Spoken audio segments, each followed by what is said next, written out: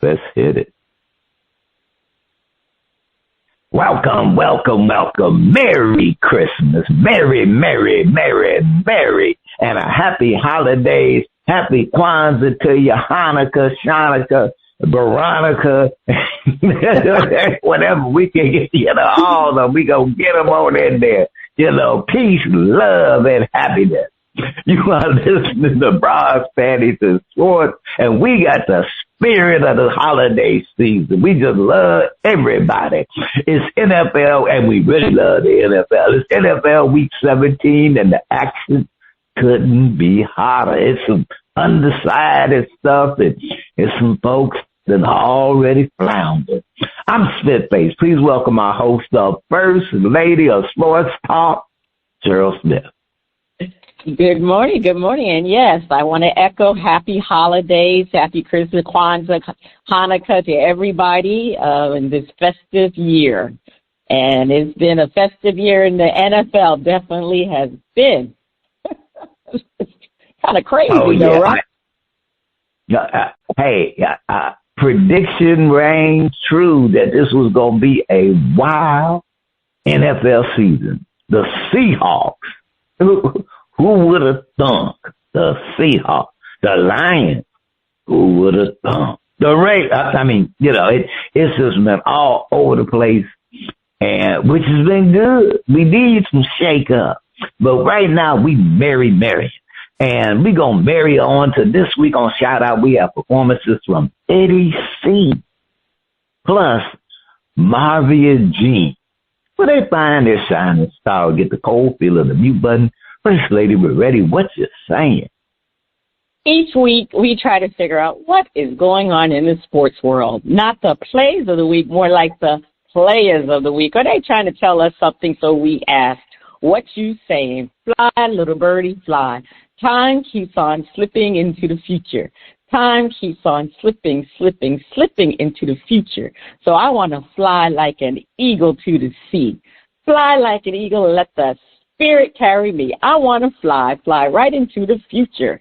The little birdies known as the Ravens wish they could fly far, far away from a loss to the Patriots, all but sealing their fate in getting into the playoffs. As reported and questioned by Kevvy Kev of the Funky Sports Fans, quote, lead story on ESPN.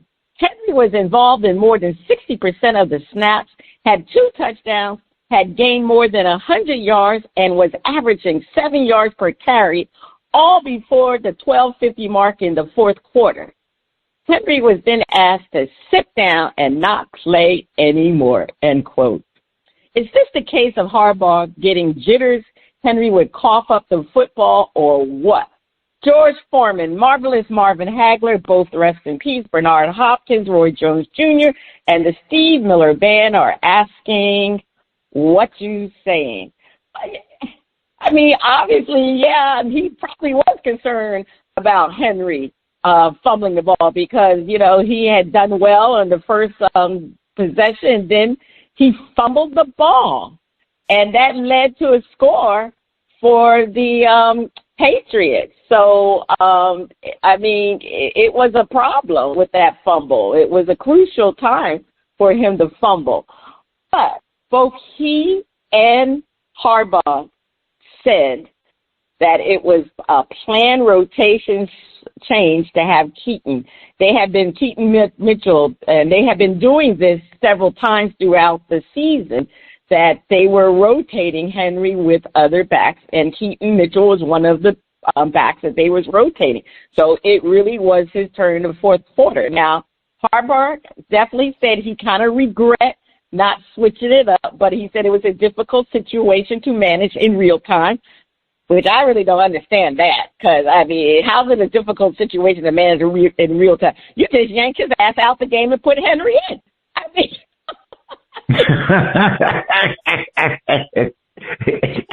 What's difficult about that? I don't understand that. I really don't, what he was saying. So you maybe wonder whether the Harbaugh did have some reservations about putting Henry in because he had fumbled. And, Henry, has now fumbled the ball 4 times this season. It's the most he's had in a single season since 2022. And prior to that, he had fumbled the ball in each of the Ravens' first 3 games this season. And he had not had another fumble until Sunday night in that critical game. So that was a telling sign for the Ravens. I mean, it's just been a problem for this team throughout the season. I mean, they've been marred with Lamar Jackson's injury for the most of the season. They're not officially eliminated yet, but they're on the brink of elimination after that loss. I mean, the fact that the Steelers have been winning. So, I mean, the only chance right now for the Ravens to get in, they have to win the AFC North. That's all. I mean, they're not going to get in based off a wild card position. They have to win the AFC North. And, their record now is 7-8 with that loss. So that, the Steelers won. They're 9-6. So they can get eliminated. All the Steelers have to do is win one more game, or if the Ravens lose one game in Week 17, and they got a tough opponent. They got to play the Packers. So I mean, you might as well say that fork is about ready to be stuck into the Ravens, because I think the Steelers. I forgot who the Steelers are playing. But, I mean, the fact that the Ravens got to play the Packers, and I believe they are playing the Packers at home, I believe so.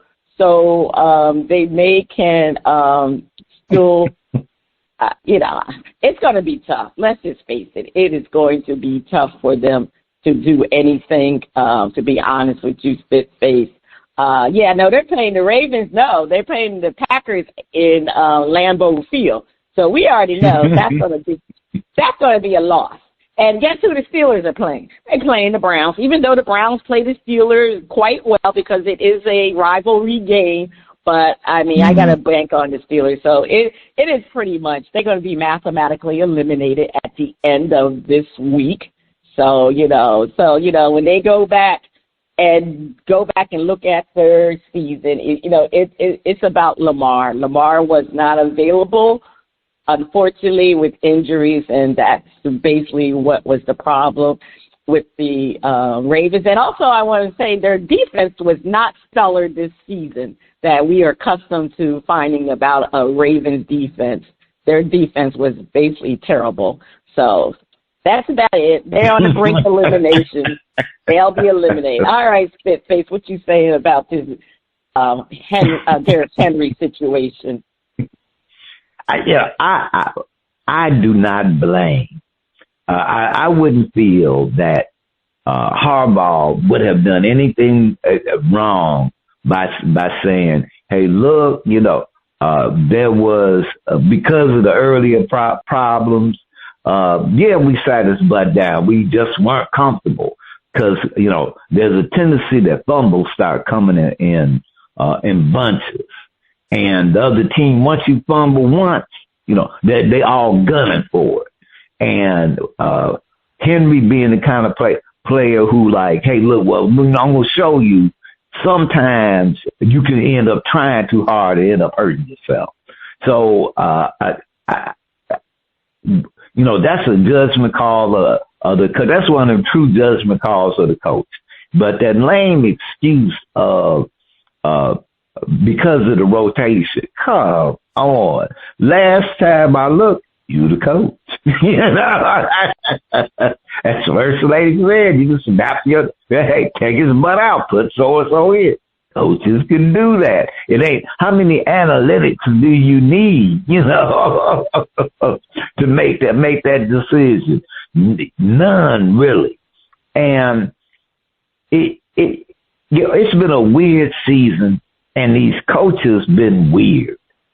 You got Andy up in KC, 4th down and 50, Yeah, we're gonna go for it. What's going on? Everybody that turned into Mississippi gamblers. Every fourth down, it's fourth down, and we're on the ball is on our own 10-yard line, but we're gonna go for it. Whoa. Y'all need to take sniff some smelling salts and wake on up. But I do not think that there was a conspiracy against King Henry. I just think that the game flowed the way it was going, and you get to that final quarter, everything is on the line, playoffs, all of that. You start making decisions. Some of them might seem questionable, but not an outrageous decision to say, hey, look, we gonna sit you down. We ain't all that comfortable that your head right for this game. But on the flip side of that, Henry wouldn't have been the first running back to have fumbled in a game, and then they put him right on back end. They ended up having a stellar game because he was, as Kevvy Kev illuminated from ESPN and Opinionated, Henry was chunking down that field, and at a time where you needed some control, like ball control, so that your defense could get its act together, he was still the man. Now, obviously, Henry was not upset, so the player wasn't upset. And I don't get that Henry was like putting on a good face. I think Henry was like, I fumbled. That's how the game went. But no, I do not get that there's some, conspiracy. Let me tell you, I do not buy into the Shedeur Sanders conspiracy that the NFL is secretly working to make him look bad. No, I'm just not going for it. But there is a conspiracy, First Lady, in the NFL. There is one. What is that? And it's to get their fans to eat food. That one is true. Baker Mayfield. That's what I'm saying. Yeah, I don't know. Yeah, I mean, I don't think there was a conspiracy regarding Derrick Henry. But they do need, he's still a good running back, definitely a good running back. I don't think they utilize him as much as they did last year, but, if you look at he and Saquon Barkley, they had fantastic seasons last year, and both of them fell off this season. So I don't know what that issue is. If it's the coach not going back to your bread and butter, I don't know. But, Lamar's not there either, so there's a big difference there. So anyway, all right, over to you, Spitface. All right. Okay, don't call it a comeback. I've been here for years, rocking my peers and putting suckers into ears, making the tears rain down like a monsoon, listen to the bass go boom. Explosion, overpowering over the competition, I'm towering. Wrecking shop when I drop these lyrics that'll make you call the cops. Don't you dare stare. You better move. Don't ever compare me to the rest that all get sliced and diced. Competition paying the price. I'm gonna knock you out, huh? Mama said knock you out, huh? We are talking about the knockout punch to Jake Paul by former two-time unified heavyweight champion Anthony Joshua in the 6th round. Jake Paul found out the hard way that there are levels in boxing, and former two-time unified heavyweight champion Anthony Joshua operates in a different stratosphere. In an ugly bout that lasted much longer than many predicted, Joshua knocked out Paul in the 6th round of their scheduled 8-round main event Saturday night at Kaseya Center. Joshua scored 4 knockdowns, twice in the 5th round and twice in the 6th, with the finish coming at the 1 minute, 31 second mark. Is this the end of Jake Paul's career of fighting opponents whose next fight would be getting out of bed at the retirement home? Does this match prove that Jake was a great social media influencer who influenced his way to millions of dollars from the boxing community, never really having the boxing talent to match the hype? Leroy Satchel Page, Walter Buck Leonard, and James Cool Papa Bell are asking what you say. First Lady, I got my cup of coffee with cream and sugar in it, and it's tasting good. So I'm just going to lift the cup up to Joshua. It's like congratulations and taking down,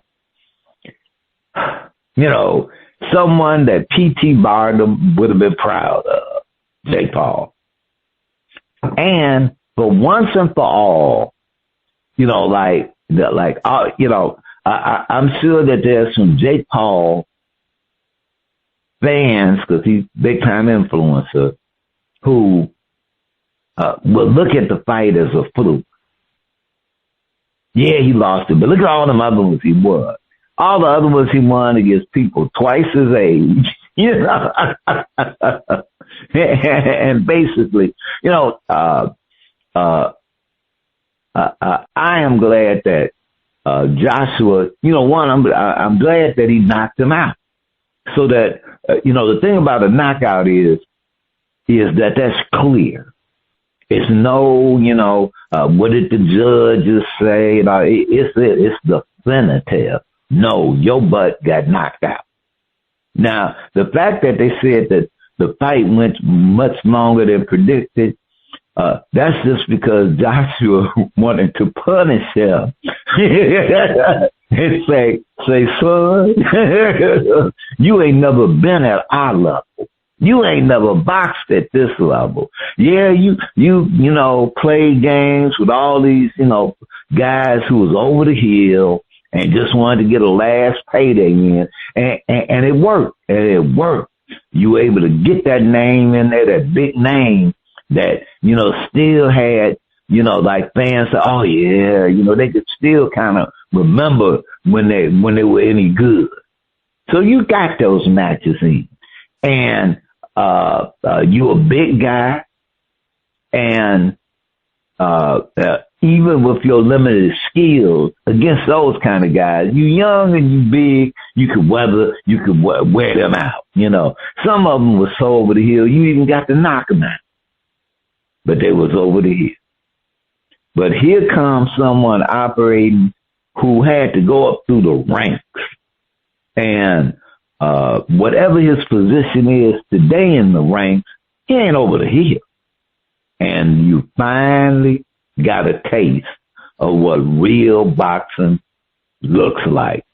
And what it looks like is you on the canvas. First Lady, what you say? Well, you know what, Spitface, I did watch the fight, and I was actually kind of concerned that it was another fixed fight for Jake Paul, because the first 4 rounds, Joshua was actually missing him. Right? And the funny thing about it, Paul kept falling to the ground, but he really wasn't getting hit. He just kept falling to the ground. I don't know if that was a strategy he was using or what he was doing. I don't know. Maybe he was just tired, because Joshua is a big fella, and he was just tired wrestling with him, because that's what he said. His legs were tired. But finally it happened, because Joshua started hitting him hard in the 5th round. And then when that 6th round came and he knocked him out. He had like, I think 4 counts in the 4 knockdowns in the 6th round, something like that, but maybe 3. And then the final one, he got knocked out. And later on, it was noted that Joshua broke Jake Paul's jaw. So he is recovering from a broken jaw. But I was glad, because, this Jake Paul is an entertainer. I mean, is he a serious boxer? I don't think so. I really think he just picks opponents that are, past their time. Gervonta Davis, I don't know what happened with that fight. I thought Gervonta Davis was a decent fighter, but I don't know. I think he just took the money. I think it was prefixed. My son tells me all the time, I would say, you going to watch Jake Paul's fight? Nah, those fights are fixed. Those are fixed fights. They sign a contract that they're not going to touch him or anything. You can look at these videos. And when he fought Mike Tyson could have easily hit him, but it was fake. But anyway, Joshua didn't obviously sign those contracts because he really knocked him out and really put a brutal punishing on him in that 5th and 6th round. So, but you know what? The thing is, though, is this ending his career? I don't think so. I think he's going to continue to fight. But now the mystique is kind of over with, because, that was probably most people's draw to Jake Paul because I think most people really wanted him to get knocked out. I think that's what it was. I know I did. I know I wanted him to get knocked out, but so I don't think the mysteriousness, the draw may not be there anymore for Jake Paul, and but he's made a lot of money, and to tell you that was Anthony Joshua's biggest payday. He and Jake Paul are going to split $184 million pot. That's $92 million per person. I mean, that's crazy. When you think about it, I don't think too many, even Mike Tyson and when they fought, I don't know if they made that much money in one fight. So that's what Jake Paul can do for these boxers, too. He does draw the money. There was like 33 million people watched it on Netflix. That's Netflix's second biggest viewership. Obviously, the first one was Terrence Crawford. That one had more viewership, but Netflix has been on the roll with their boxing shows. So I think Jake Paul, he's saying that he's gonna. He actually quoted saying that he's gonna fight people my weight, and he said he's gonna go for the cruiserweight world championship. Now, I don't know who the champion of the cruiserweight, and there was also rumblings that he was going to fight Canelo Alvarez. I said, now, you're going to fight Canelo Alvarez. Now, Joshua was big. Now, Joshua can knock you out, but Canelo Alvarez is going to pummel you with jabs. So I think you may want to step away from Canelo Alvarez as far as I'm concerned, Jake Paul. But there was some rumblings about that. But I don't think Canelo Alvarez would take that fight. But you never know because, like I said, Jake Paul will put money in people's pockets, and that's a big thing. So we'll see. We'll see if the mystique is still there. If people are still want to watch Jake Paul because, like I said, he had been untouchable up until that fight. So we'll see moving forward. It'll be quite interesting if this is the end of his career. People will pay to see him get beat up. So he might have, he might have I'll say a second go round, only this time as a predictable loser, but people want to see it. So he might still do something. Okay, First Lady, you had the last word. Please take us to break. Stay tuned. Up next, we have a performance from Eddie C. on Shout Out Part 1.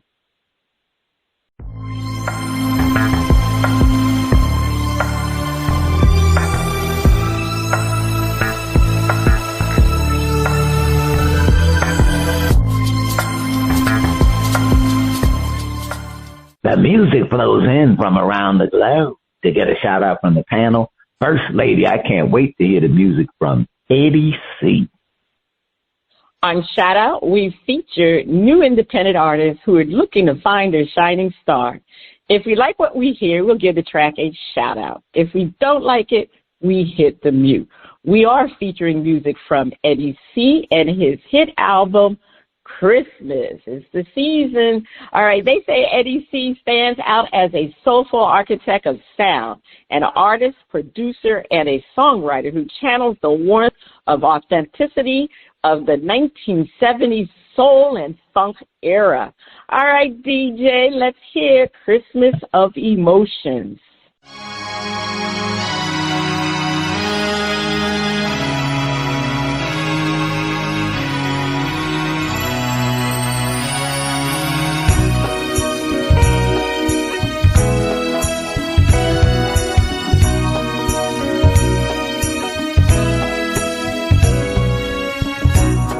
Thanksgiving was nice and now the holiday spirit is here. It's time to be with my baby now that Christmas is near. Fireplace and mistletoe, cuddling fuels our fire. Carols in the air and watching the snow inflames our desire. Oh, I could do this all year, sharing Christmas and emotions with my love and the snow. The children smile so brightly. Christmas of emotions. No other day touches us like Christmas of emotions. I love Christmas, all the treasures our hearts bring, filling us with joy till together we sing. Seven days of Christmas spent dancing our life, brings the New Year celebration.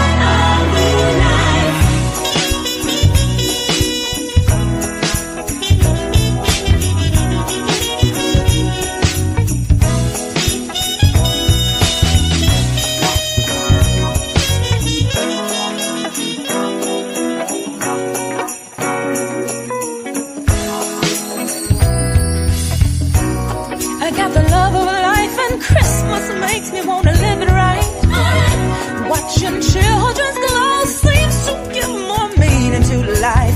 Nothing like the love of family together celebrating this time.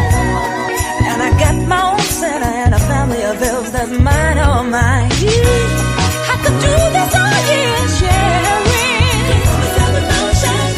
Oh, with my love and the snow is falling. Christmas of emotions. See the children smiling brightly. Emotions. No other day that touches us like hey. I love Christmas, all the treasures our hearts bring, filling us with joy till together we sing. 7 days of Christmas spent dancing our life, brings the New Year celebration. Christmas is an everlasting day. I'll never forget the emotional memories that it brings. You see, Christmas is a spirit of joy that never dies. Merry Christmas and a Happy New Year. I could do this all year, sharing Christmas of emotions. Oh, with my love and the snow is falling. Christmas of emotions. See the children smiling brightly. Christmas of emotions. No other day that touches us like Christmas of emotions.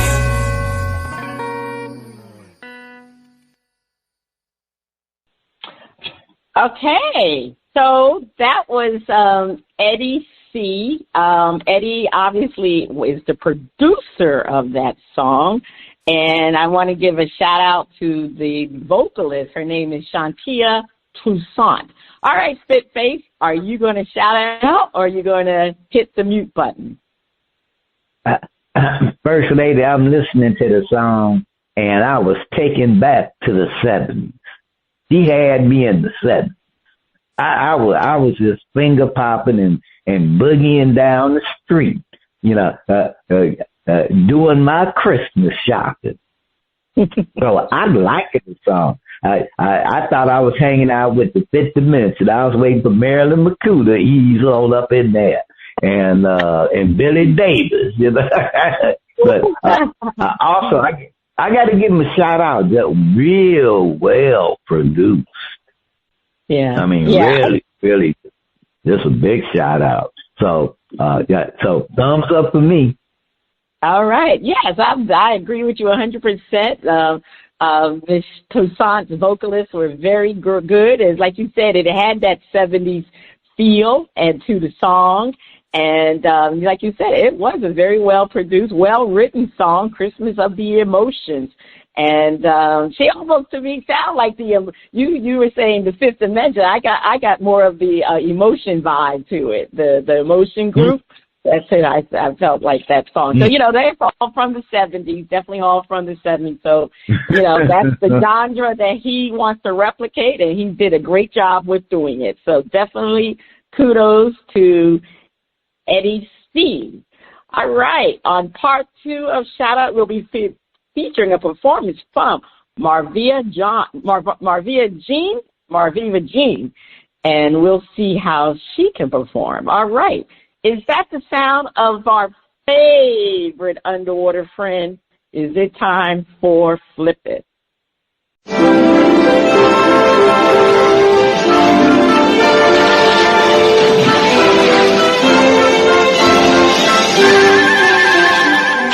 call him Flipper, faster than lightning. No one you see is smarter than he. And we know Flipper lives in a world full of wonder, lying there under the sea.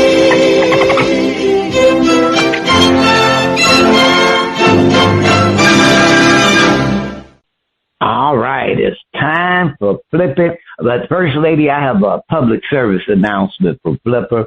Flipper wants to make sure that people know that no dolphins have been used to intersect narco terrorists. So any thoughts that Flipper and his crew, they ain't involved in none of that, they peaceable. They peaceful dolphins. All right. Okay, it's time to Flip It while our host defend the view and then flip the script and defend the opposing view. There is always a conversation regarding the Steelers head coach and whether it's time for him to move on. Should the question really be asked of John Harbaugh and his failure with better talent to make a playoff splash? Defend. John Harbaugh is still a top coach, and the Ravens would be making a big mistake if they let him go.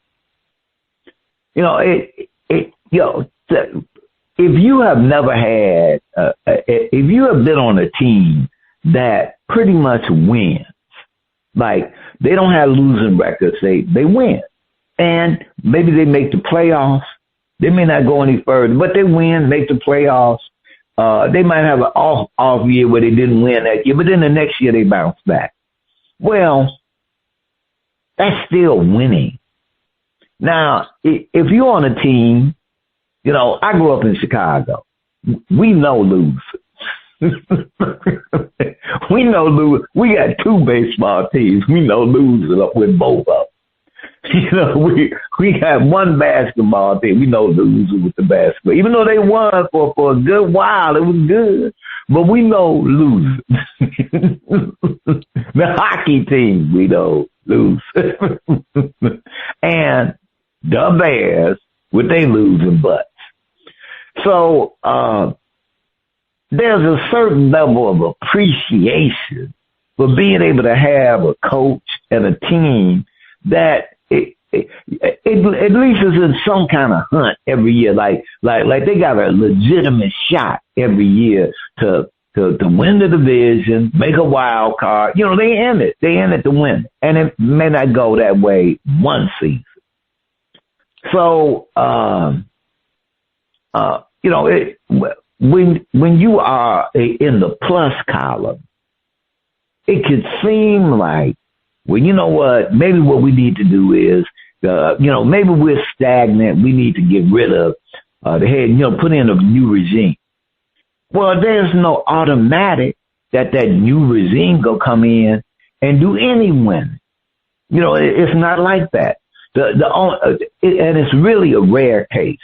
Like when the Buccaneers kicked Tony Dungy to the curb, when all he did was get that organization on a winning trajectory, like they were starting to be winners. You know, now I'm happy with the result. Kick him to the curb, just give this other coach a winning team. Where he didn't do nothing but, what did Tony Dungy do? Well, keep doing that. You know, he was smart, you know, in that sense. So, Harbaugh has had to deal with Lamar's injury and Lamar growing into being a top quarterback. You know, it didn't just happen. You know, Peyton Manning did not win the Super Bowl in his 4th, 5th, or 6th season. You know, it took a minute. So, just like, the brother in Pittsburgh, y'all ready to get rid of somebody, but kick him to the curb. See what you get. Kick him to the curb. First lady defend. It would be a mistake to let John Harbaugh go. Well, he's been with the team since 2008. He is not the longest tenured coach. Of course, Mike Tomlin is currently active. He had 1 year on John Harbaugh. Mike Tomlin was hired in 2007 for the Steelers.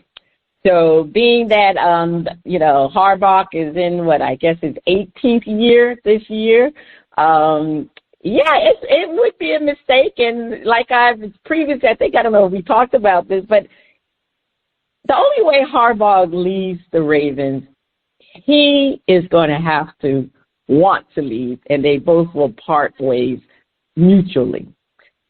He has a great relationship with the owner, Steve Bicassi. I might be pronouncing his name wrong. But, they have a strong relationship. So that's the owner of the team. And if the owner of the team likes the coach, you're not going to get rid of the coach unless the owner and the coach come to a mutual agreement. So they've already extended him through to 2028. So what is the financial, there's a 2028. I mean, that's what? You're going to eat 2 years of his salary? That's a lot, when you think about it. I mean, it's a lot. He's a Super Bowl winner. He's done everything that you want in a coach. They won a championship in 2012. Yes, he has not won anything with Lamar as of yet. But, this year has, to me, been a gap year. As they say, when somebody doesn't want to go to college, they take a gap year. Well, this has been a gap year for the Ravens because Lamar has been hurt the majority of the season. So when you don't have a quarterback, it's very difficult to win. Just ask the Colts. They lost their quarterback, and they haven't won a game yet since he's gone. So look at the Steelers.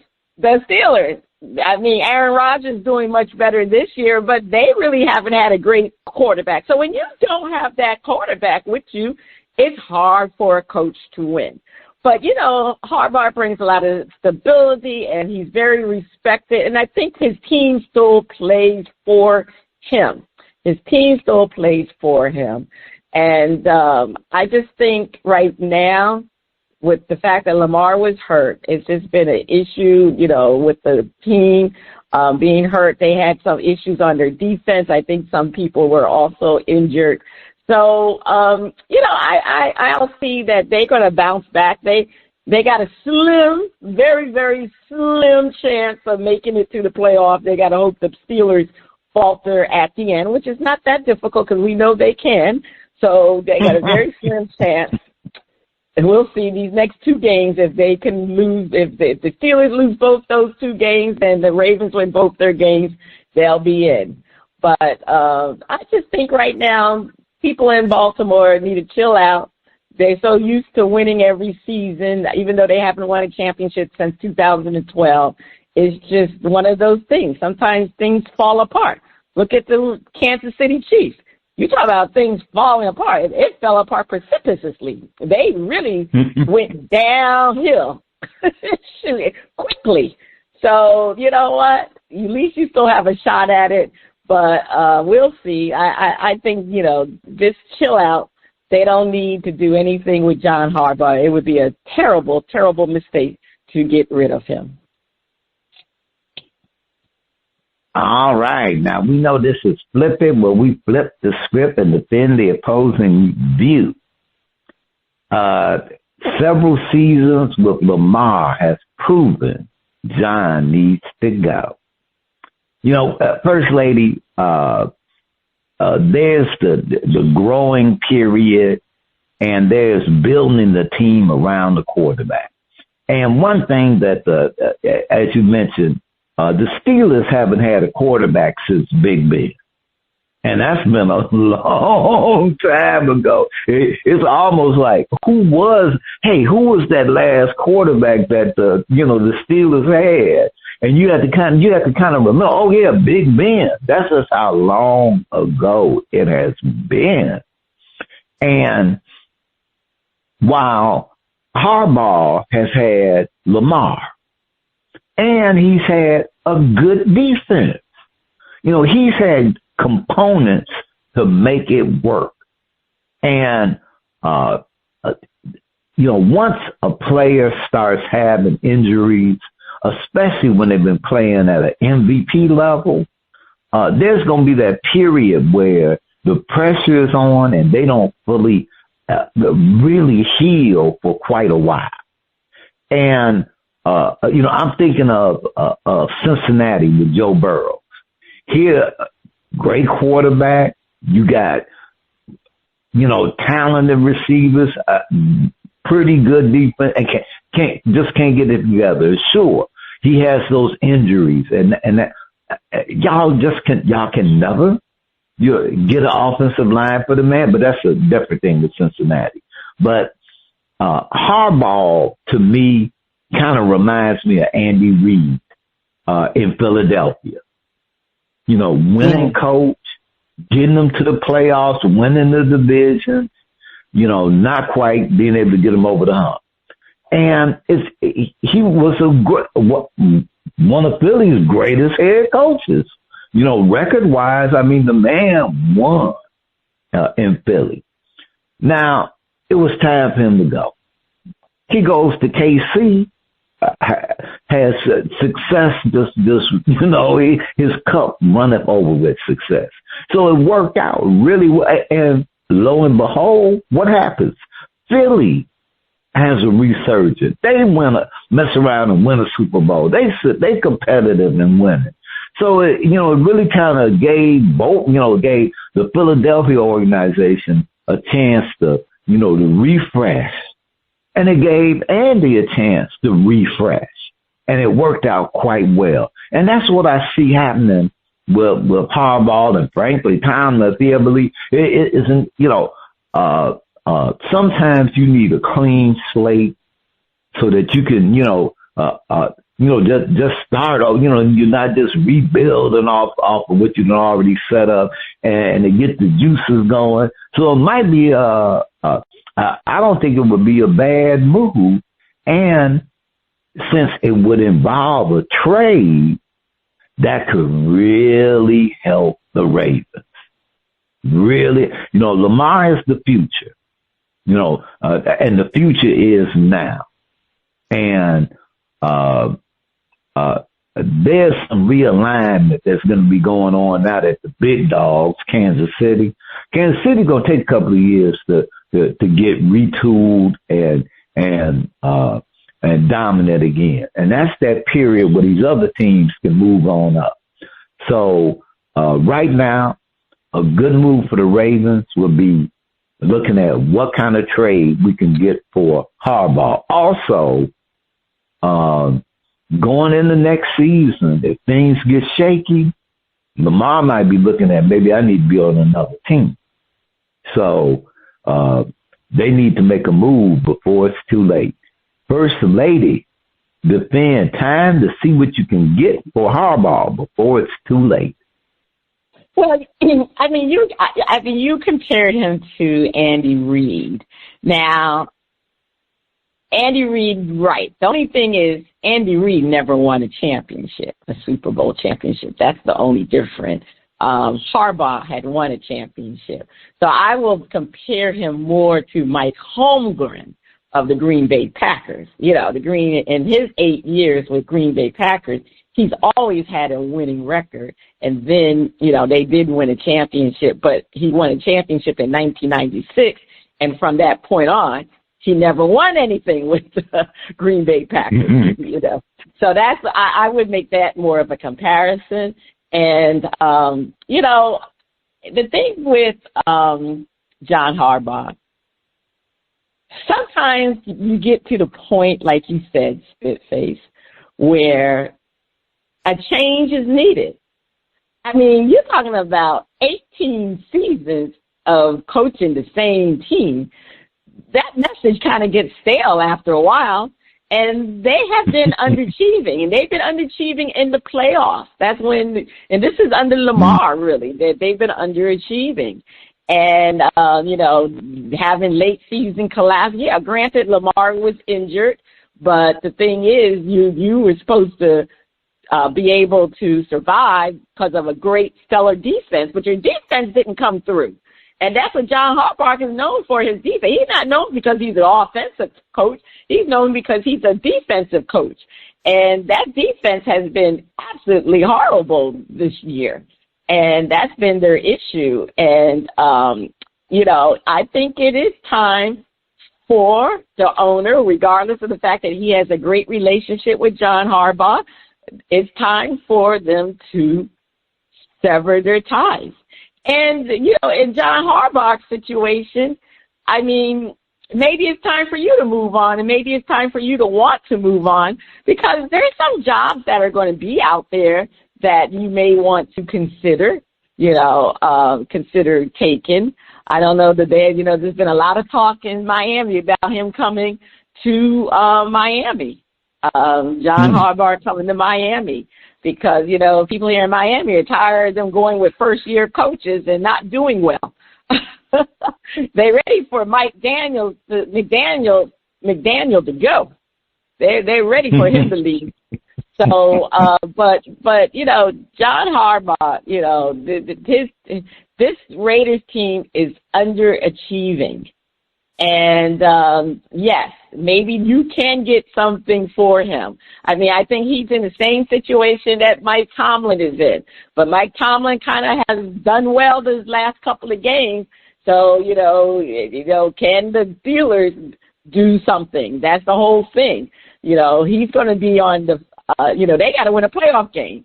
The same thing with the Ravens. They couldn't do it this year. They're not going to be in the playoffs. So that's a telling sign that maybe the end is near for John Harbaugh, and they really need to consider with some of these openings right now that maybe they can trade him and get some type of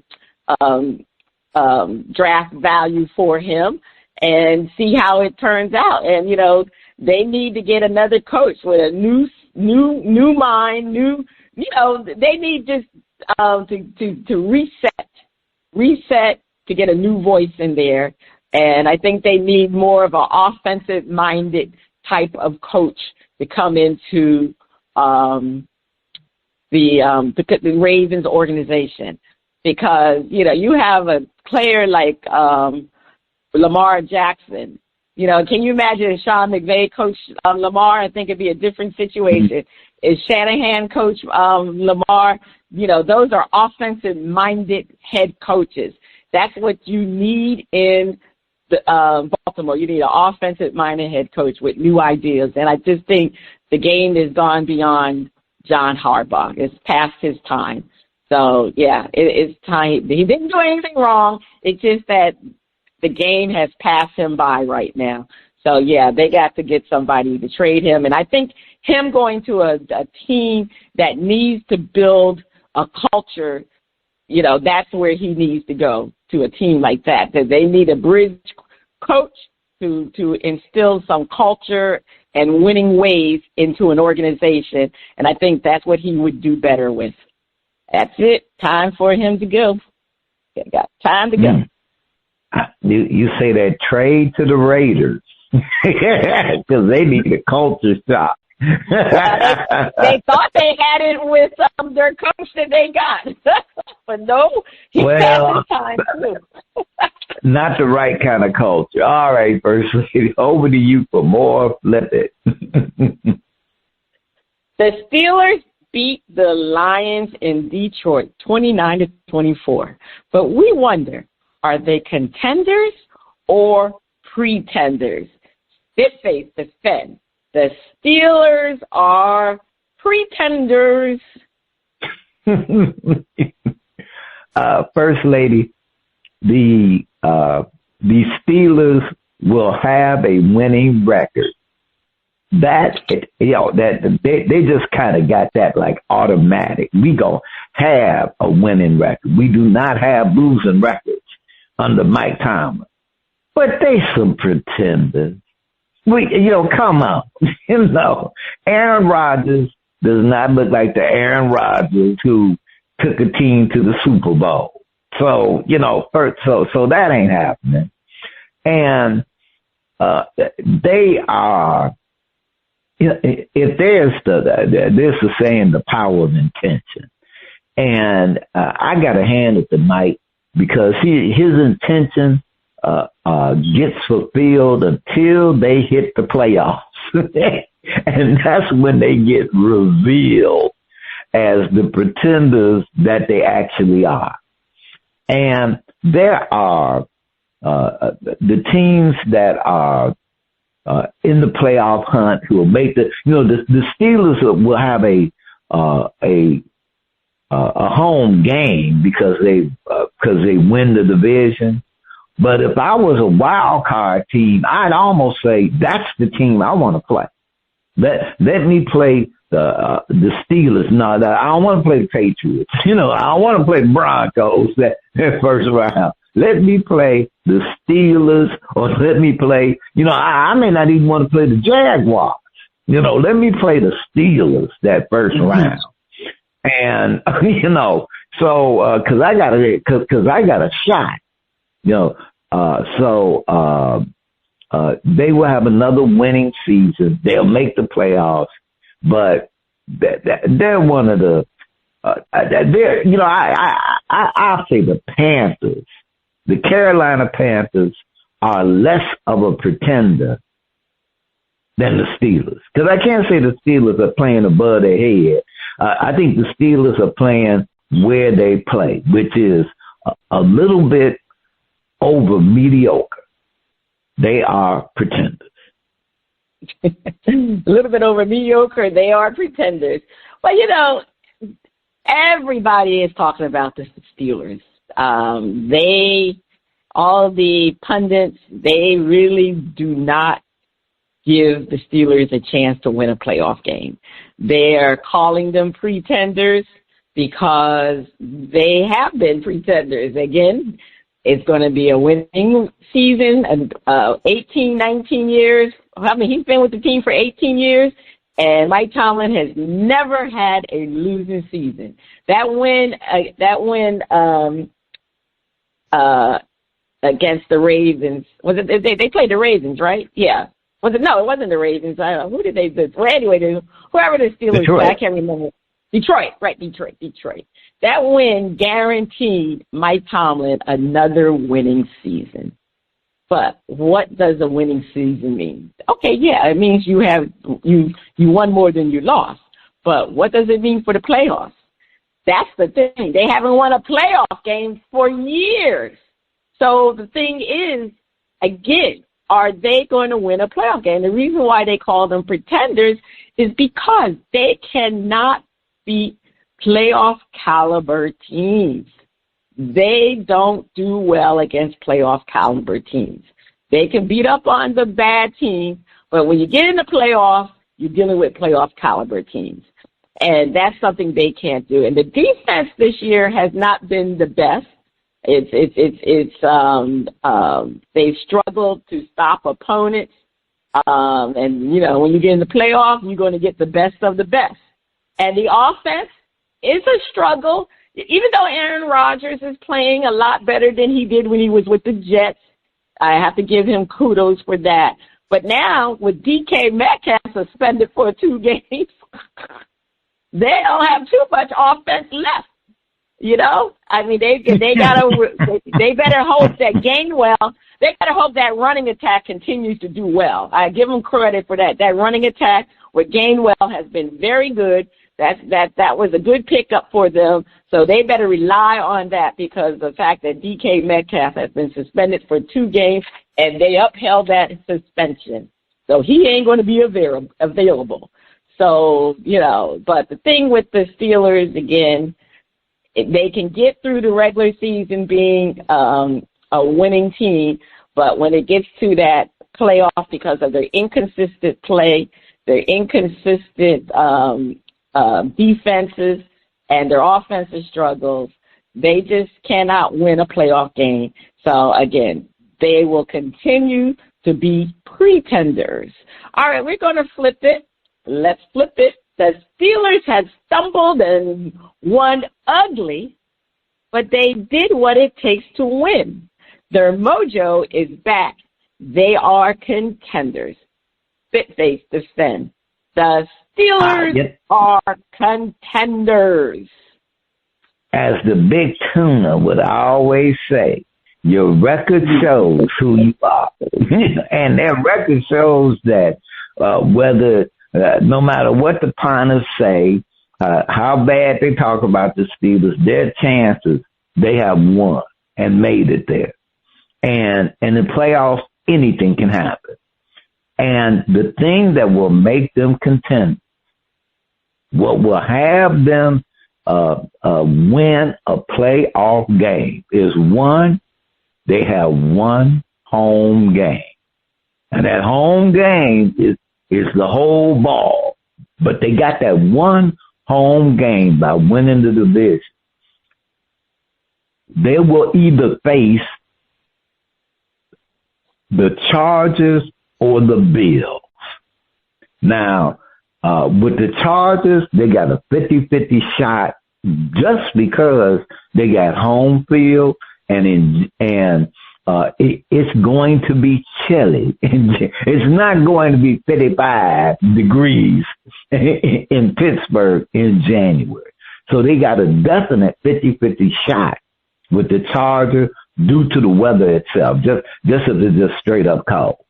Then, now the Bills, that gets a little bit tougher because they both cold weather teams. But the one thing, it's time for Father Time to hold off one more game so that Aaron Rodgers can have that big day. And once again show that he can still be, if for one game, that bad man.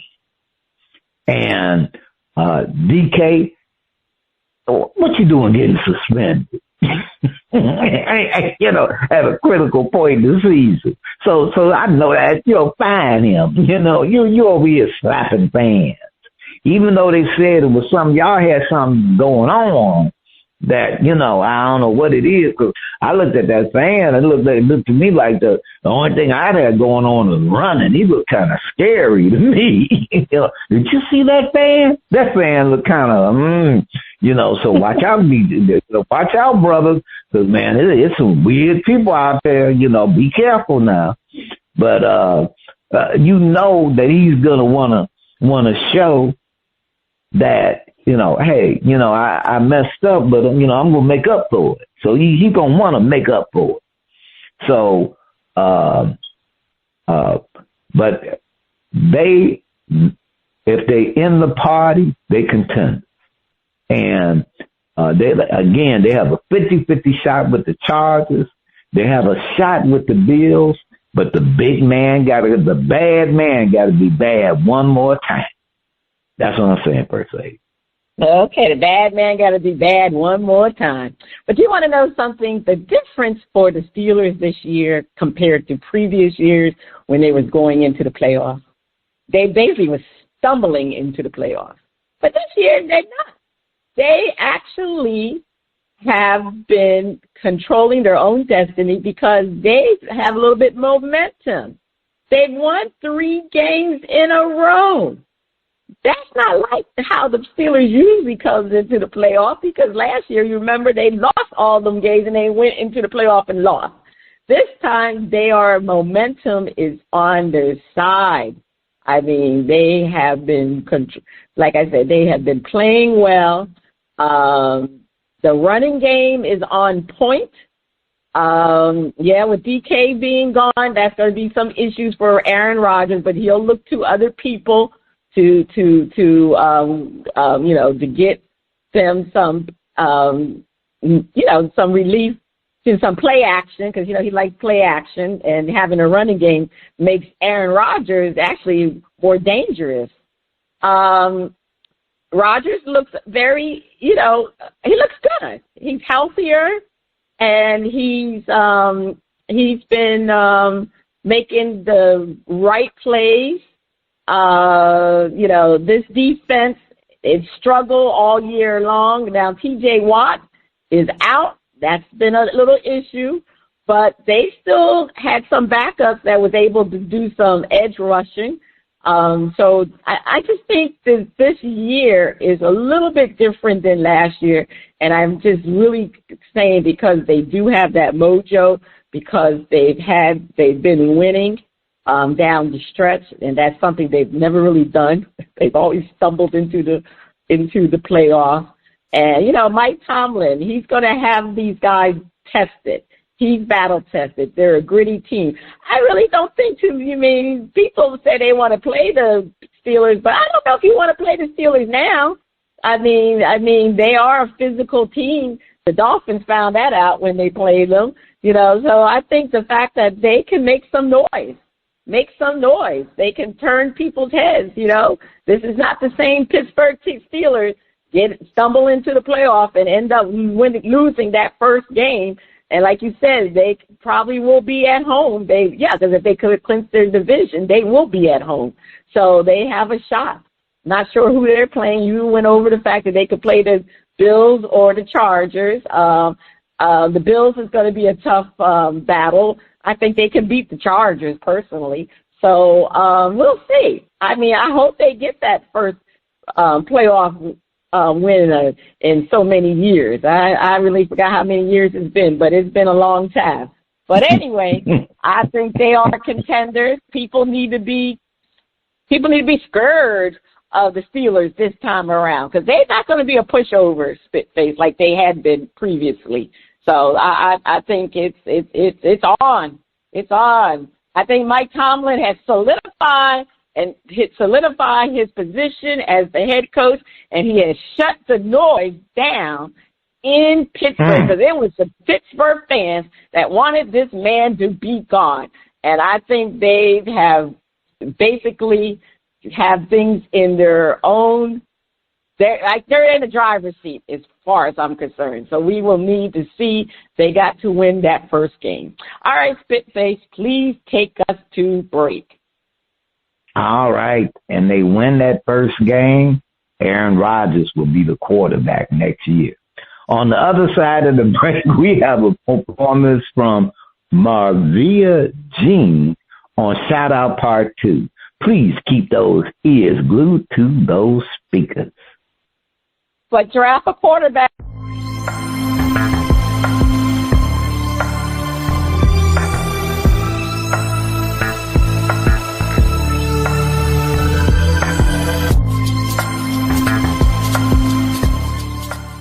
Welcome back. The music flows from around the globe to get a shout out from the crew. Spitface, over to you. All right, on the second part of shout out, we are featuring a track from Marvia Jean and her hit album, America, I Can't Breathe. They say Marvia Jean Brooks, professionally known as Marvia Jean, is a once-in-a-generation gospel powerhouse whose voice echoes through time like a sacred ancestral drum beat. I like that. That was a good line. Born in the rich red soil of Crawford, Mississippi, raised on 300 acres of Southern tradition and sharpened in the cultural fire of Chicago's South Side, her life is a testimony in motion. Man, wow. Okay, Marvia.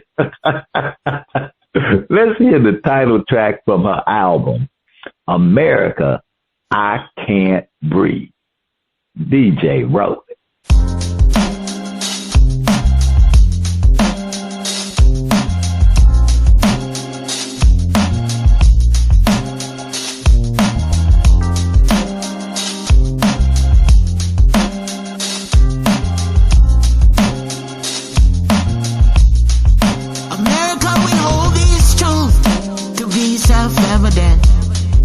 That all are created equal, but that's not what I'm seeing.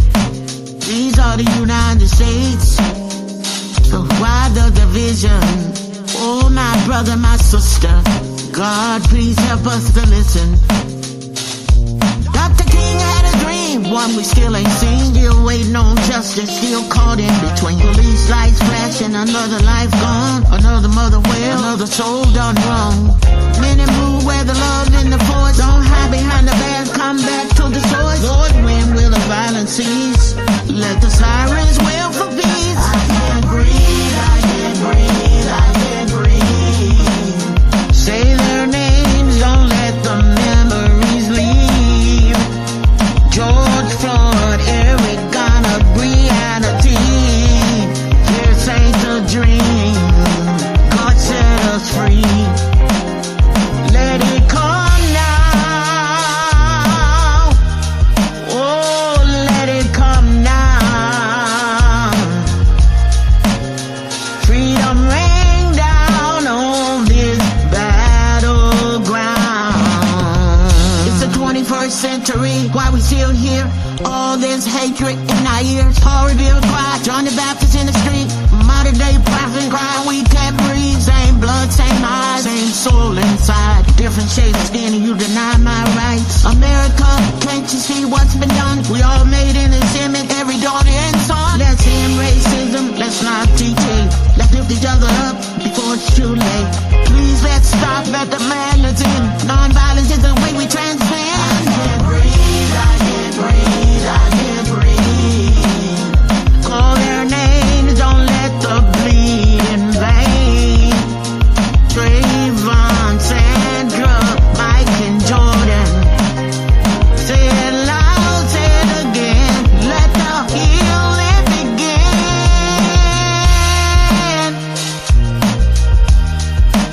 Oh, God help us.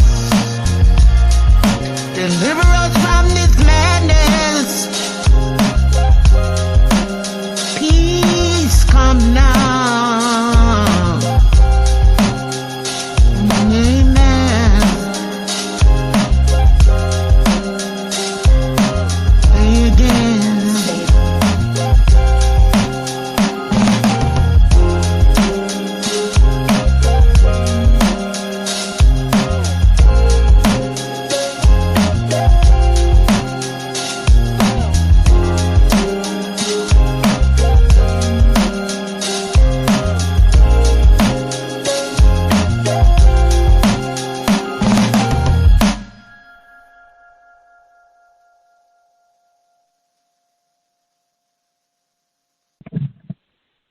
All right, that was America, I Can't Breathe.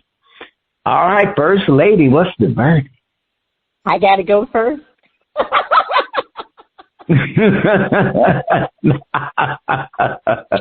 right. Well, no, that's okay. I'm going to give it a yo. It seemed like she was a little bit out of tune there for a little bit. I don't know, was she singing or was she talking? That's what I was trying to figure out, Spitface. I'm not shouting it out, and I'm not going to hit the mute. I'm going to yo it. Okay, all right, a yo. Well, I'm going to go ahead and shout it out. I thought it was a nice track, and the production could have been a little bit better there. But I'm going to give it a shout out. I'm not going to be in between there. All right. Well, that is the end of shout out for this week. You could check out Eddie C. and Marvia Jean on the Old Grumpy Radio Network. If you'd like to be heard or have any comments, please send your emails to tracks2talent@oldgrumpyradio.com. First Lady, over to you for the Pigskin Picks. Yes. We are at week 17. We have what? One more week left for the regular season. Now, unfortunately, again, these production assistants, unfortunately, they have not been able to get the picks together. And you know what? It's the holiday season. They ate so much for Thanksgiving, and then they started doing the Christmas shopping. I guess they went and did a lot of Christmas shopping because they didn't get my picks to me. But I tell you, we will have these picks before the new year. All right, so let's get started with week 17 picks. We got Merry, Merry Thursday Christmas games. And guess what? You know what? I'm going to have to say this because I'm going to say it. You know, I've been angry with the NFL for having these games on Christmas because Christmas is basically the start of the NBA season. But it used to be the start of the NBA season, but it's not the start anymore because you have the NBA Cup. But, you know, Christmas, it was all about basketball. But guess what? Basketball people are laughing at the NFL because the games they have on Christmas this year, guess what? Don't make any sense because all of the teams are pretty much out of the playoffs. Anyway, let me go on. I'm sorry. Let me move on. All right, so we got the Lions versus the Vikings. Lions versus the Vikings. This is always a rival type of game. I'm going to go, I think the Lions are done, so I'm going with the Vikings. DizzieMac has the Vikings. Spitface, who do you have? First Lady, right now, the Vikings, I'm going to say my favorite play was a Vikings play, and that was J.J. McCarthy. I'll put it like this, skipping into the end zone. That was great. That was funny. But other than that, the Vikings have nothing to play for but pride. The Vikings are having fun. They're having fun. And right now the Lions are playing for their playoff lives. They gotta win out to have any chance to make it. So even though I think the Vikings could beat, I think the Lions need it, and they're playing in the dome. I'm going to go with the Lions. All right, you're going with the Lions. Okay. Yeah, they're not mathematically eliminated, but they need help. They need they need Green Bay to lose both of their final two games. Not one, but both. Anyway, let's moving on. Texans, this is the Saturday mix. And I'm sorry, that Christmas game was worth $5 million. And the other Christmas game is what? The Chiefs versus the Cowboys. The Commanders and Cowboys. Oh, the Commanders. Okay, I'm sorry, the Commanders and the Cowboys. The Chiefs are playing somebody too, right? For Christmas? The Broncos. Yeah, the Chiefs, right, the Broncos. And that game is, like I said, these games really are almost, to me, meaningless. But anyway, let's go to Saturday mix, $5 million. Texans versus the Chargers. DizzieMac has the Texans. Spitface, who do you have? Man, the Chargers playing at home. I'm going to, I got to go with the Chargers. They're at home. Yeah, aren't the Texans, and both of them already clinched playoff spots. Is it about, I don't know, are they playing for anything? That's the whole question, I guess. I'll go with the Chargers, too. But, I believe both of them have clinched the playoff spot. All right, Ravens versus the Packers. All right. Spitface, who do you have? I'm going that the Ravens are in full meltdown. And I'm going the Packers' backup quarterback can beat the Ravens. So I'm going with the Packers. Going with the Cheesehead. Yeah. Actually, he played quite well. I forget who the backup quarterback is, but he did play pretty good. I'm going to go with the Packers, too. I mean, they're going to have to win one or two of these games because Jordan Love, he's still on concussion protocol, right? He didn't clear? I guess not. Be clear. Yeah, all right. Moving along, DizzieMac has the Ravens. Sunday's winners and losers, these are 2 million points. Seahawks versus the Panthers. I'm going with the Seahawks. And sometimes they can lay a stinker, but I hope they're not doing it against the Panthers. All right, DizzieMac has the Panthers. Spitface, who do you have? I'm rolling with the Panthers. Oh, okay, you're rolling with the home team. Jaguars versus the Colts. DizzieMac has the Jaguars. Spitface, who do you have? I'm going with the Jaguars. Jaguars are already in it. The Colts got to win a game. I'm going to go with the Jaguars, but I wouldn't be surprised if the Colts to win this game, but I'm going to go with the Jaguars. Buccaneers against the Dolphins. I'm going to go with the Buccaneers. The question is, who? I guess Tua didn't start last week. I guess he's not starting again this week. Are the Buccaneers eliminated from the playoffs? I think so. Are they? No, they are not eliminated. Okay, they're not? Right, they're not eliminated. But they got it. All right, the Panthers, right, because the Panthers, yeah, so they're not eliminated. But I'm going to go with the Buccaneers. They got something to fight for. DizzieMac has the Buccaneers. Who do you have, Spitface? It's hard to pick the Dolphins when you don't know what they're doing. So I'm going with the Buccaneers. All right, that wasn't hard. The Saints versus the Titans. DizzieMac has the Titans. Who do you have, Spitface? Yeah, I'm going to roll with the Titans.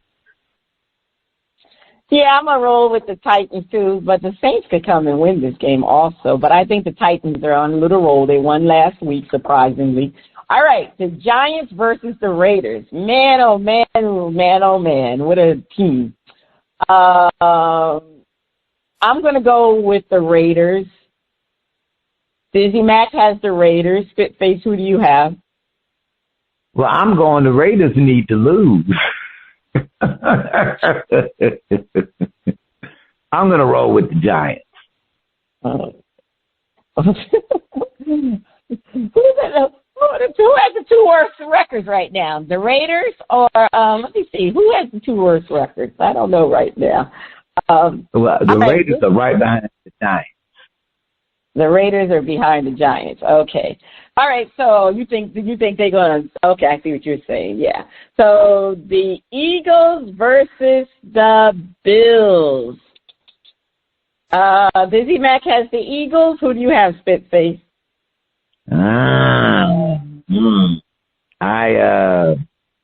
I got to go with the Bills at home. The Bills are trying to win the division still. Are they out? Yeah, I think they're still trying to win that division. You say you're going with the Bills? Yeah, I'm going with they're the home team and they need a win. I'm going with the Bills. All right.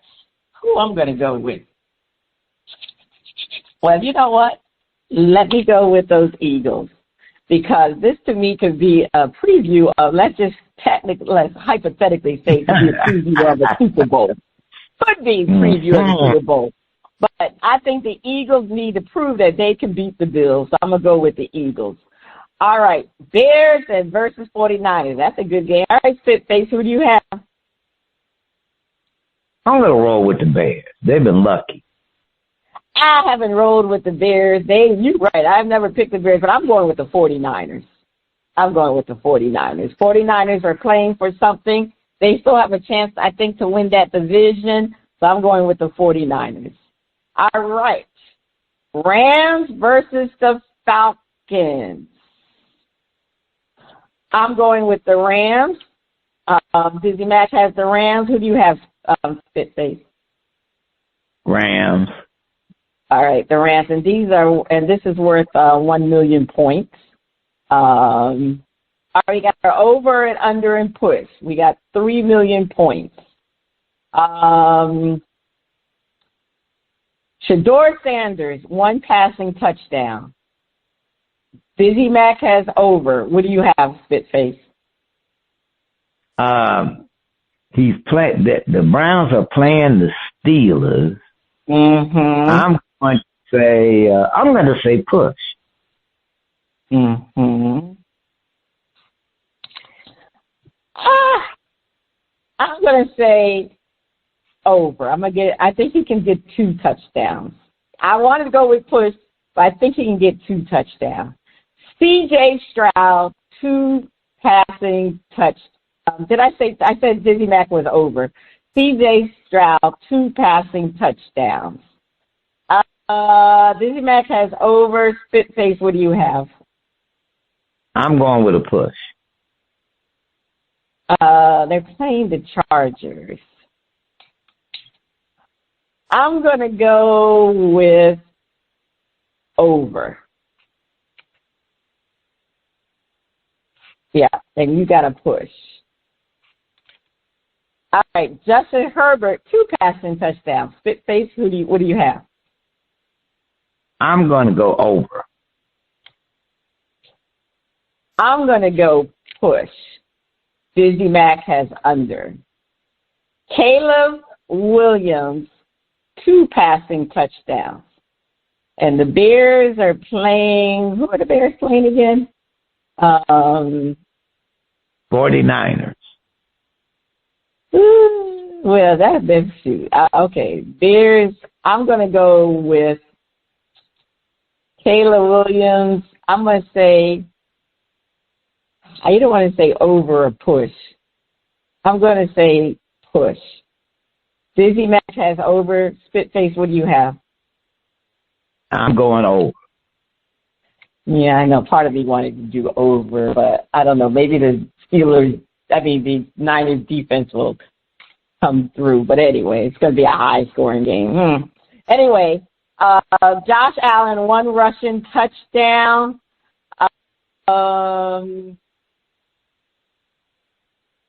I'll say push. DizzieMac has over. What do you have, Spitface? I'm going to say I'm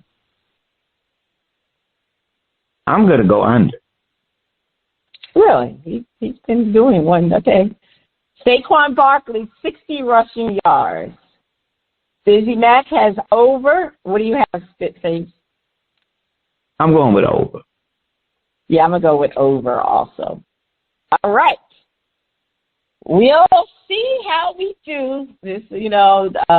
I have some other, I've been looking. DizzieMac is kind of running away with this right now, but we'll know definitely next week.